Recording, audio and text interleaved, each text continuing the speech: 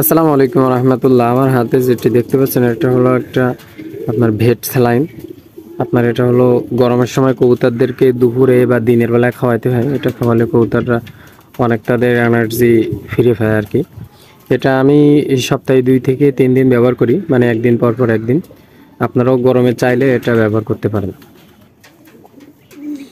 এই যে এটা আমি হাতে 4 ml এর মতো ঢেলে নিছি। 4 ml কি 5 ml হবে, 5 সিসির মতো মিলি হবে। এটা আমি 4 লিটার পানিতে দিয়ে দিলাম।